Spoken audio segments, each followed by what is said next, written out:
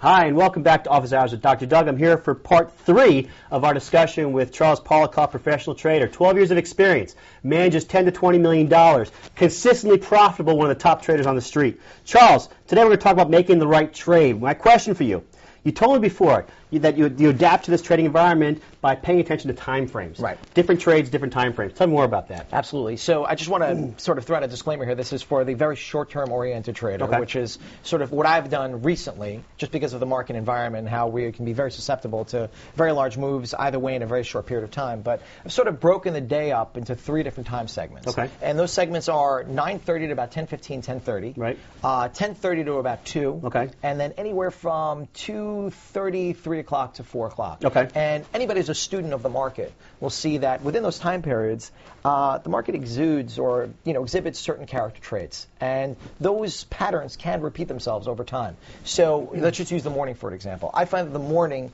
can be, and more often than not, a reversion to the mean trade. Okay. Now, what does that mean? That essentially means if you see a gap in the market, right, and you see a stock behaving in a divergent fashion to that gap in the market, then that'll afford you potentially a buying or a shorting opportunity. Okay. And you can use that gap as a means of reducing risk in the potential. So you're saying in the morning, the reversion to the mean mentality is basically if the market's going up too much or down too much, you believe in either selling it at the top or buying it down the bottom because you believe it's going to compress. There'll be some sort of reversion back to the mean, which means you'll get some sort of sell-off, and then the market may eventually revert back to its trend, or it may form a new trend. Tell me about midday. I think you said 10:30 to 2? Yes, so 10:30 to 2 is where I find sort of a consolidation period, where the stock market is either digesting what it's done in the morning, or it's trying to identify its character for the remainder of the day. So 10:30 to 2 o'clock, that's when you can start to look at various sectors. You can see what's leading you on the day. If you look at 2009, it's been, especially in the run that we've had from March up until now, it's been financials, it's been oils, it's been technology. So using those groups as sort of like an indication of sentiment.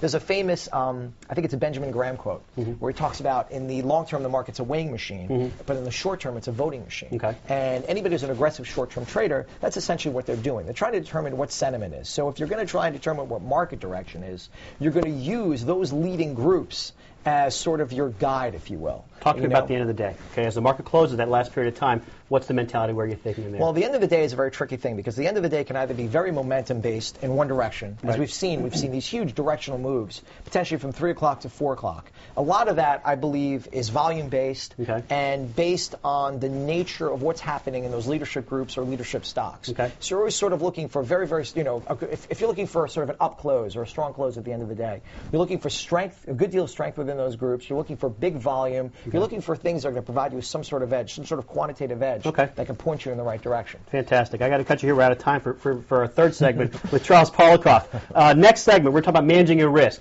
Thanks for joining us this time with Office Hours with Dr. Doug. If you have any questions, feel free to contact me at my website, drdoug.com. Charles, thanks again. Thanks a lot, buddy.